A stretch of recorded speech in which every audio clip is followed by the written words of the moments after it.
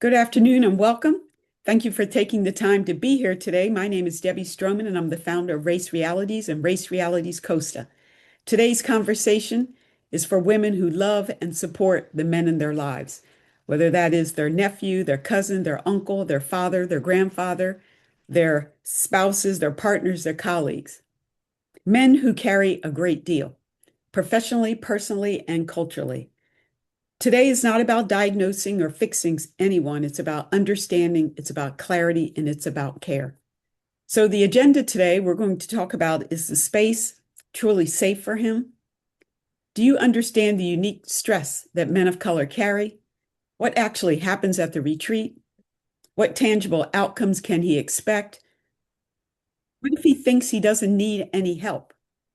How can you support him before and after?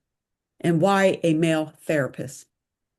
We're honored to have with us Mr. Matt Genius, the lead facilitator for Race Realities Costa, and a licensed family therapist who works extensively navigating stress, leadership pressure, and emotional fatigue with men. So, Matt, and may I call you Matt? For Yes, people, please. excellent. For people who are unfamiliar with you and your work, tell us a little bit more about yourself and which of your beliefs are most fundamental to your work. What do you Thank you. value? Thank you for having this, for including men in your plan for wellness as far as the present and the future. And thank you for allowing me to be a part of this amazing organization, Race Realities. My name is Matt Genius. I'm a licensed marriage and family therapist out of the state of Florida, currently living in Georgia right now. And I got into this work with an understanding that I'll be helping different versions of myself navigate some of the trauma that I've experienced as a Black man in America.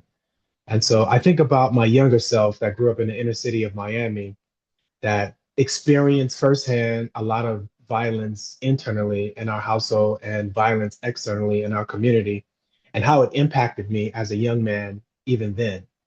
And then I thought about how that violence carried with me when I was a freshman in college at Florida A&M University, dealing with anxiety and depression, but masking it as anger, and how it showed up in my relationships, whether it was dating, professional, friendships, and otherwise. It had severe impacts on me. I remember losing my scholarship because I wasn't attending classes. I was so anxious, not because of what others could do to me, but what would come out of me if I was triggered in the wrong way.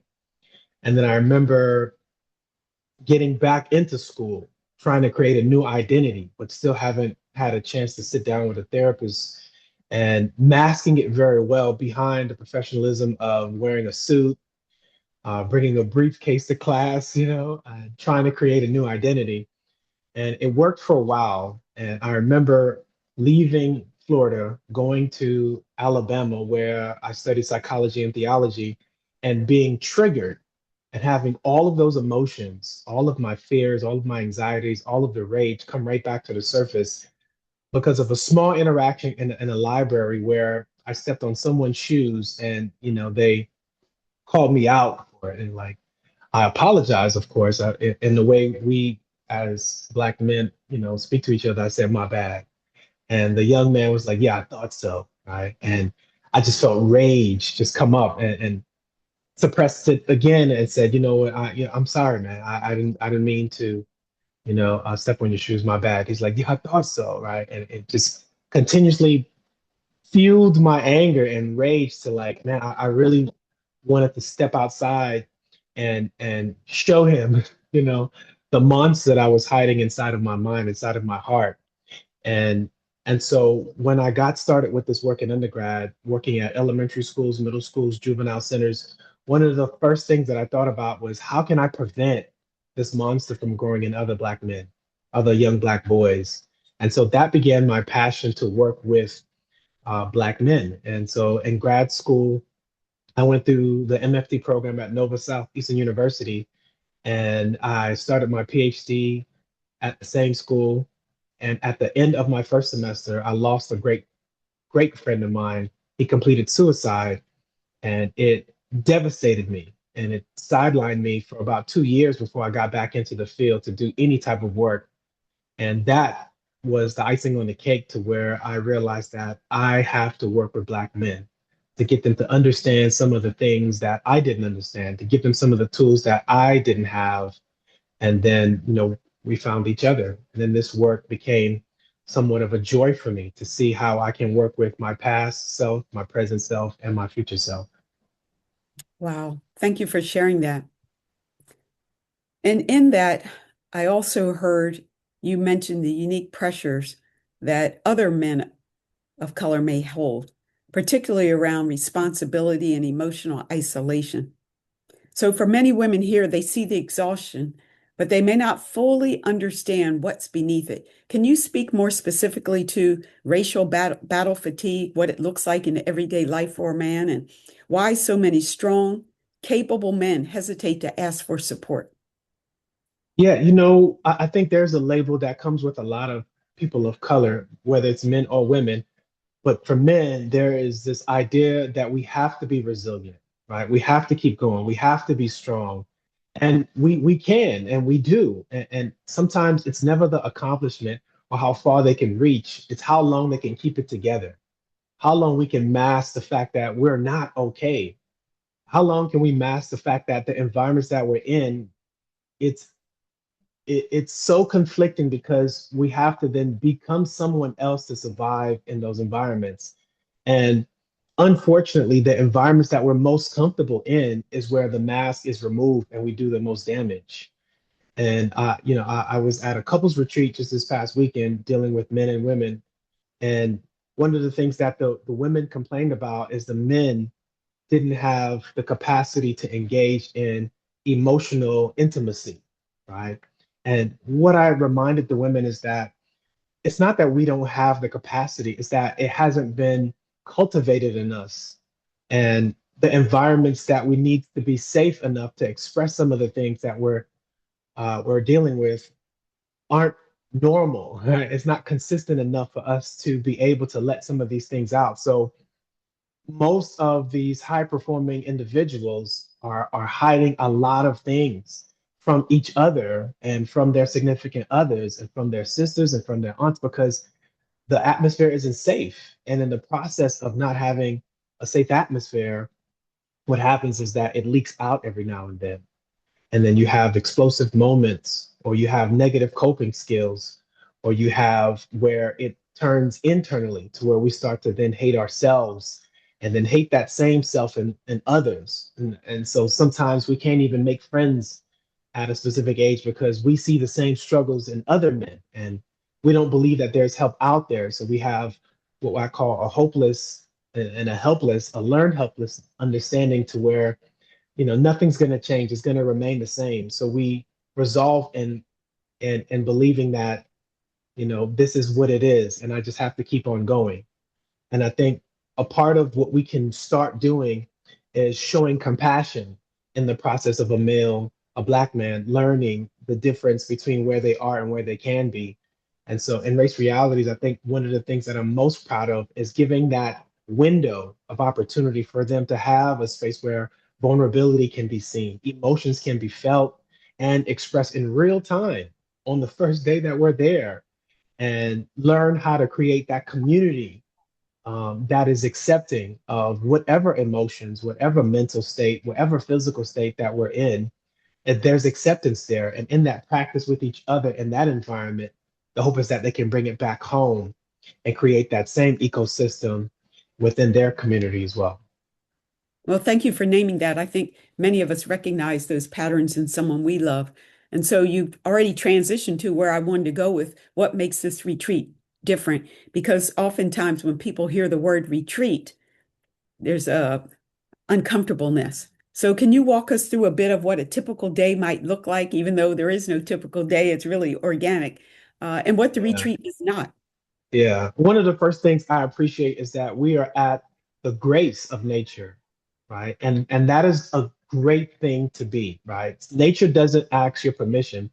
Nature will act on its own, right? And so some days it may be raining and it may force us to then pivot, right? And some days it may be bright and sunny, and then we're like, oh, we want to stay outside even longer, right? But I think what it allows us to do is follow a pace that has become unnatural to us. because we move at such a rapid pace. When you get to Costa Rica, it slows you down, right? And I appreciate it because um, on the 3 times that we've been there, one of the common themes that I've seen is that the men who have been working tirelessly in their professional careers are then triggered by not moving at that same pace. And so one of the first things we can expect is to break that narrative of I have to just keep busy, grinding and keep going. And so a typical day might start off very slow, right? Very slow, meaning you might have a chance to sleep in, right? You might have a chance to eat breakfast, when you're ready. Breakfast is at a specific window. You may go to yoga or you may not. You may wake up before the sunrise with me and go to the beach, right? I'm every morning I try to get to that sunrise because the beach is a 5-minute walk away. And then we dive right into creating that safe space by creating the rules that make sense for us, defining wellness for ourselves. What does it mean for you as a Black man to think, to imagine what wellness is for you? What are the feelings? What are the thoughts? What are the colors, the sounds, the aroma? And then in having those dialogues, we create this childlike atmosphere where men can be safe and laugh and cry and yell and scream and be outside on the beach and run or walk, or go horseback riding or climb a mountain. There's so many different ways that we practice wellness that everyone involved is a contributor to the atmosphere and to the outcomes that we receive on any typical day. Thank you. Now, I loved how you framed that, but I know there are women out there who still might be wondering about emotional safety, especially in a group of men. So, first thing to name is that it is men speaking with and to men.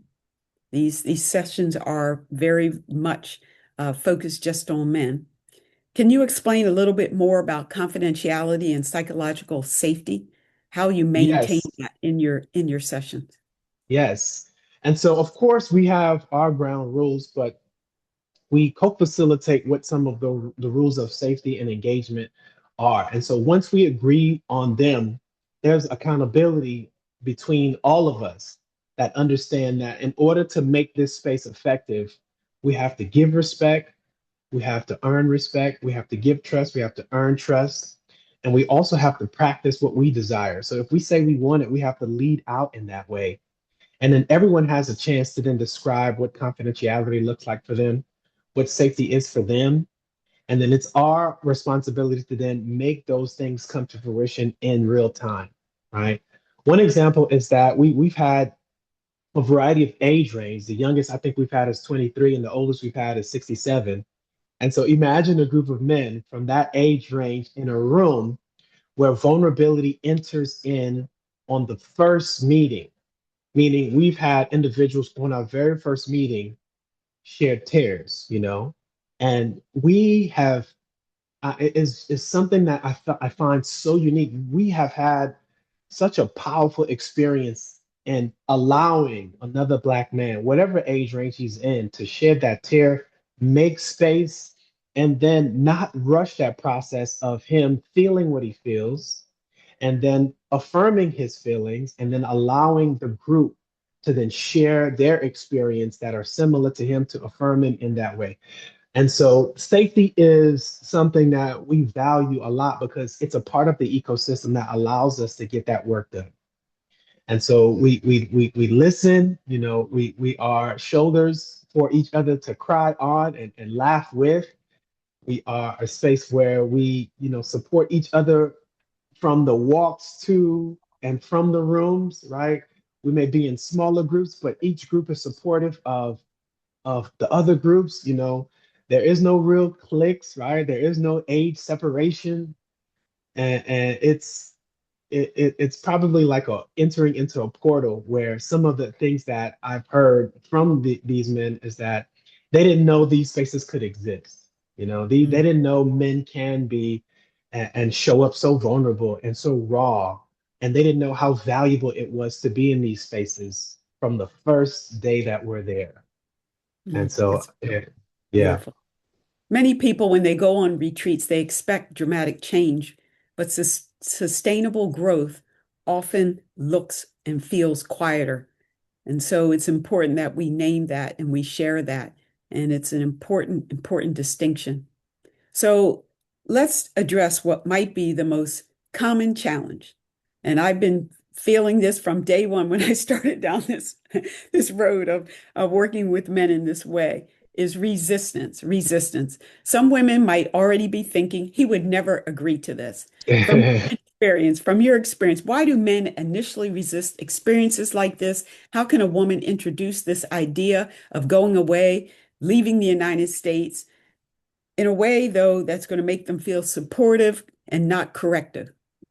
Yes, this is about strength. This is about expressing your ability to learn new ways of coping. And for a lot of men, they see this as a form of weakness to actually need or desire this change in their lives. And so there's a lot of reframing that we do that take place in the language that we use. You're coming because you are one of the strong ones. You're coming because you are a leader. You're coming because you are a good husband, a good father, a good role model. And so this is your vacation from all of it to then come back and do this in a better way. You're not coming because you're weak. You're coming because your strength, of your strength that will allow you to become more stronger, And so a part of what I think I've seen that's really effective is allowing them to feel empowered by what they're getting into, right? You're doing this because you are good. This is your reward. This is your this is your opportunity to then be away for a while, to detox, to let go some of that steam, to let go some of that pressure to come back a better version. But I think one of the best ways is allowing them to have access to us even before they go away, right? One of the retreat participants last year had a discovery call with me where we were on, a 47-minute Zoom meeting. He was just asking questions, getting a chance to know me and hearing me. And what I used to tell to the women that I have for clients in my private practice was get them in the room, right? Get them through the threshold of the door. I'll do the rest, right? And so if the introduction is made, then it's my responsibility that I take very seriously to then allow them to feel safe and getting to know who I am. I'm a regular dude from Miami, Florida that has seen things, been through things, but have just a little bit more tools than the average man to allow myself to be a little bit healthier and allow myself to find balance easier. And so all these tools that I've gained over the years of my own life and then working with Black men in my private practice, I bring to the table in those initial meetings. They have a chance to size me up, ask the questions, right? Go through the routine of getting to know me and then coming on the other side feeling more confident. Like, yeah, I'll be there with Matt. Matt's a really good dude and he knows what he's talking about. He's passionate about this. He wants to see us win. And then that vote of confidence translate into them telling others about the retreat. And then we have more men now that are able to participate that way. Well, as you know, women, we have a powerful tongue. Do you know if there are any particular phrases or approaches that tend to shut men down, things that we say that maybe we should refrain from saying? Anything comes to mind? Well, there's a practice that I love to focus on the wellness part of our language, our behaviors, and our thoughts, right? And so, one of the things that we have to learn how to do is bless each other more often, right? And so, there are studies, there are countless of testimonies where if you want to see something flourish and grow, you have to bless it. I can't remember the university. I think it was Stanford. They had a study where they had two stalks of corn that they were growing. One they spoke to in a negative way, the other they spoke to in a positive way.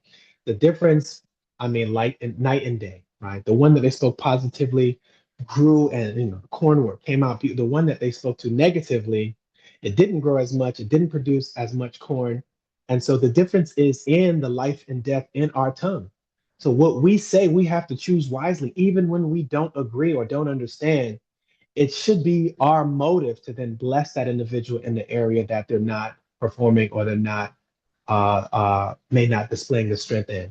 And so, an easy practice for ourselves first is to make sure, as men and women, we start by blessing ourselves first, making sure we are blessed before we come into the space correcting someone or chastising another person. Bless yourself first, meaning purify your mind, your thoughts, your emotions, your mental state. before you engage in a conversation that could come to seem as if it's conflict. So when we're coming in with a pure mind and a pure heart, and we're not triggered or we're not leading based on our emotions, and we're leading based on a blessing, it's a different conversation. And then the acknowledgement of what is good, what is present, allows the man to then put down that window of defense to allow him to be more susceptible to receive any corrections that comes later, right? But then we also have to realize that there is a strong programming for men to believe that they aren't capable of reciprocating when those things come in. Meaning, we're not taught to listen and thoroughly receive what is being said to us as well. And so, start with the blessing, lead with the acknowledgement of good before we can get into any correctives. I love that. I would like to summarize that as let's be more gentle with one another. Yes, More gentle. yes, Yeah. That practical guidance is really, really helpful, Matt. So finally, let's discuss what support looks like when he returns home. So before he attends, what mindset should she adopt, which I think you yeah, touched on? And then yeah, afterward, what should yeah, she yeah, expect? yeah. How can she create space for integration without overwhelming him with questions? Like, what happened? What did you do? Right, right. Yeah. I think this is just allowing the metaphor of nature, right? When we plant a seed, it doesn't, yield fruit in a week or a month. Sometimes it takes time. And so what these trips are about are planting the seeds to eventually yield good fruit, and that takes time. And so even beforehand, what we can do is start to cultivate the environment, right? Those are the conversation that sounds like, what do you need to feel confident about going on this trip? How can I support you in the absence, of you being physically here? How can I still show support? And so some of the questions we have to ask is what is needed from that person individually. It's not one size fit all. And so different people might need different things. And when they get back, the understanding is to be open to receive when they're ready to engage, right? And it goes back to the same question: what atmosphere do you need to be in to share some of the things that you experience over there? What would you like to share with me? Or what can you share with me? And then what are some of the things you learned that we can start implementing in our relationship? Because we cover such a wide range of topics that they're gonna want to come back and share some of these things, but it has to be shared where I call allowing the man to have home court advantage, him creating an atmosphere where he feels the safest in the morning, in the afternoon, on a walk, on the couch, on the beach, at the park, wherever it is, on a drive. Learn what that home court advantage is for him, and then help him set those environments to then have those conversations about what can be done or what can be said to continuously support what was learned, how it can be cultivated to grow, and then how it can be integrated in some of the relationships that they have as well. Great tips. So we're going to open it up for Q&A. I want to draw your attention to the menu, and there is a react button. So you can raise your hand and unmute, or you can even open up your windows and ask Matt any questions. I know, again, for the women in my circle, we're often super women. We're carrying a lot. We're tired because not only of the work that we've chosen to do, but also carrying men. And again, that could be a nephew, a cousin, a partner, a colleague. So I would love for you to address us as those women who just get things done. And it can boil over to the point where it's hard sometimes to remember to always be gentle. But again, friends, please use the react button and raise your hand, and I'll call on you, and you can have a direct dialogue with Mr. Matt Genius, licensed family, marriage, and family therapist.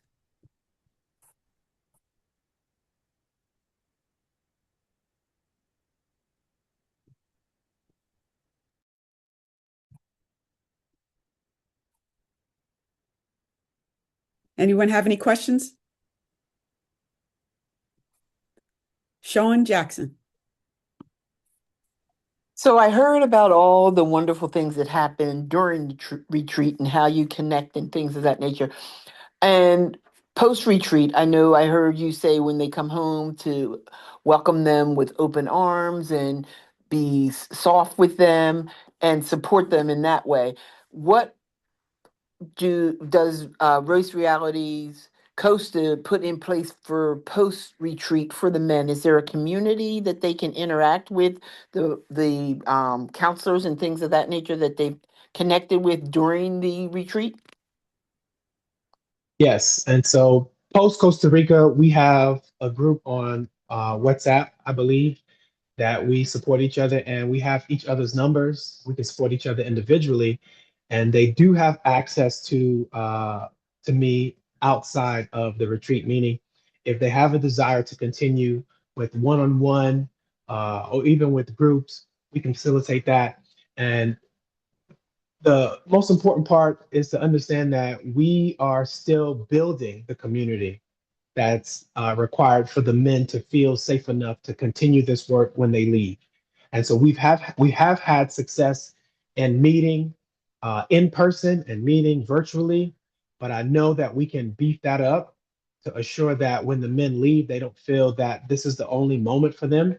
But we also encourage them that when they leave, look for local support in their environment as well, that they can join and look for local support as far as if they need more individual support as well. And that is something that we will be working on to strengthen as far as creating that community outside and assuring that, when they leave Costa Rica, they don't feel like that's it. I only had access to Matt for that week.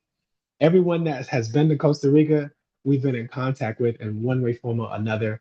And we hope to increase those level of engagement as the years go by. Thank you for your question. Other questions? I think I saw Pamela. Yeah. Oh, I'm unmuted now. How are you? How is everyone doing? I'm So when great. Thank you're you. around men that feel like nothing's wrong, like they're okay, and maybe they are okay. So what are the signs, or warning signs to suggest that this is somebody that may need this type of retreat? Right. That's one of the attitudes that a lot of men have. Like there's nothing wrong, right? And that speaks about a fixed mindset, as if there's no growth point beyond where they are. And that's some of the disadvantaged thinking that we have in our community, that I'm okay. Yes, you are absolutely fine where you are, but can you get better? Can your relationship with yourself improve? Can you have a better mental state? Can you have a better emotional state? Can you improve on your own spiritual journey? And then how can those improvements improve the relationships that you're in? The relationship with your partner, the relationship with your work, the relationship with your community? And the answer is always yes. And so for those who believe that they're okay, well, let's get better, right? Let's not remain stagnant. I've seen this in, professionals and romantic relationships, to where if a person is on the job for a while, they start to then, kind of decline, what they plateau, and then they start to just fall off, and in relationships as well. I've been married for 15, 20 years, right? There's no more, right? We've done everything. And that's not true, because we're both are changing. And so there's more to get to know. There's more adventure out there. There's more romance out there. There's more intimacy that we can have if we're paying attention. And sometimes the distraction in the mind is the silence that we've reached the end of it. We've completed it. And so going to Costa Rica challenges some of those beliefs, because we have men of all ages that can share their experiences and can tell you and testify that there's always room to grow, right? I'm the professional, but I'm not the expert. That means is that they're the expert of their lives. They come in and they educate us, and we co-facilitate what can be different to allow them to receive more out of life. We want them to thrive. One of the most beautiful things about going in Costa Rica is that you have a chance to see nature at its purest. So you have a chance to see flowers we've never seen before, smell aromas we've never smelled before, see animals we've never seen before. So it teaches us the possibilities of what life can be like when you're in a space that's unfiltered, that allows you to grow to your maximum capacity and then some more, right? And so it's a chance for them to grow and evolve beyond what they think. The brain is made up of neuroplasticity, meaning it always has a chance to evolve if we give it the right tools, if we give it the right, messaging, the right programming. there is always opportunities for growth. Awesome. Thank you. You're welcome. Thank you. Other questions? Comments?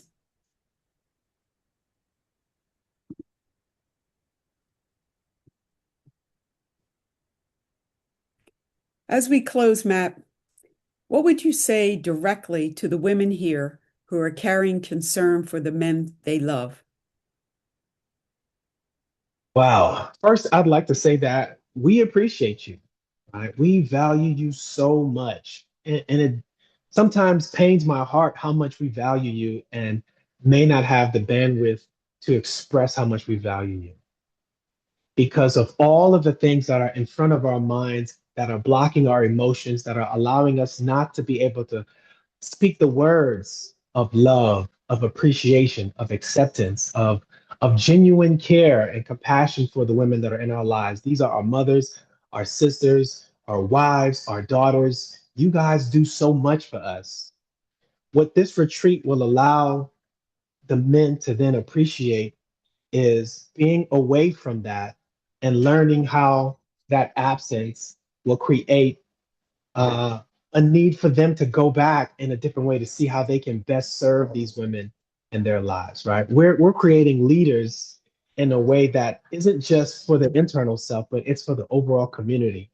And one of the things is reframing the roles of men and women, right? Understanding the value of the women in their lives and how they can support them in their wellness. When I am well, when I am healthy as a man, all of the women in my life benefit from it, from my daughters to my sister to my mom. And so that's what we desire. We desire for the men to come back with a newfound mental, emotional, spiritual state that can change the ecosystem of not just this generation, but the generations that follow and the generations even before them, you know? And so when you invest, meaning you push this idea that you deserve this retreat in their minds. You are not just allowing them to heal themselves and to better themselves. You're allowing them to come back a version that can change the trajectory of generations. Thank you, Matt. Thank you for your insight and your leadership, and thank you so much for your friendship. I've grown so much knowing you and watching you in action, just being and doing. To everyone here, when a man has space to lay down what he carries, he does not return diminished. He returns clearer, steadier, and more present. So if this resonates with you, we invite you to learn more about the upcoming retreat. We have them twice a year. The next one will be April 24th, and we have one in October.